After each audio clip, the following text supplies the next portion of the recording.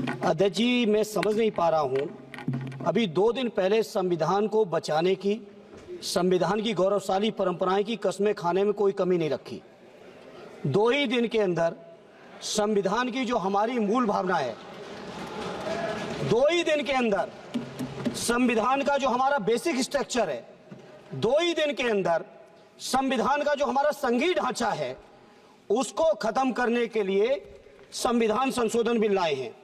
मैं मनीष तिवारी जी से सहमत हूं और अपनी पार्टी और अपने नेता आदरणीय अखिलेश यादव जी की ओर से कहना चाहता हूं, ये बिल पूरे देश के जो अलग अलग भेष, भाषाएं, संस्कृति, क्षेत्र की जो मान्यताएं हैं, जो हमारे संविधान निर्माताओं ने बहुत सोच विचार के मंथन अध्ययन करके ये संघीय ढांचा तैयार किया था, राज्यों का गठन भी किया था, संस्कृति के हिसाब से, क्षेत्र के हिसाब से, भाषा के हिसाब से, परिस्थितियों और समय के हिसाब से।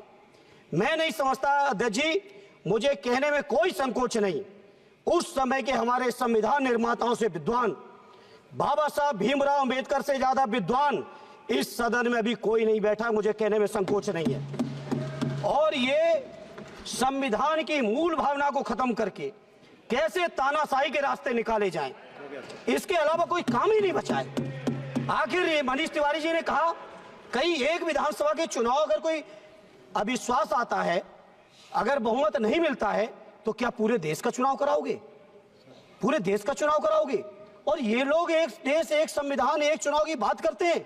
जो लोग 8 विधानसभाएं भी एक साथ नहीं करा पाते हो, मौसम देख के तारीखें बदलते हो, वो लोग बात करते हैं एक देश एक चुनाव की।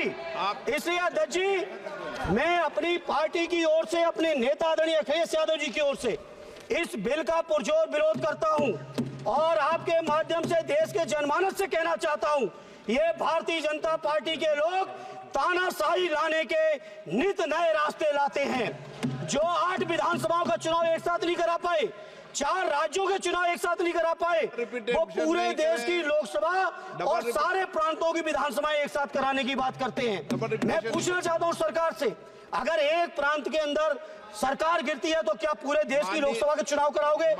क्या अगर लोकसभा के चुनाव के चक्कर में उस प्रांत के लोग क्यों सफर करेंगे? अरे चर्चा कर लेना, अरे कुछ नहीं बचा है, कुछ नहीं बचा है आपके पास। अध्यक्ष जी, सदन को थोड़ा सा सिस्टम में लाएं।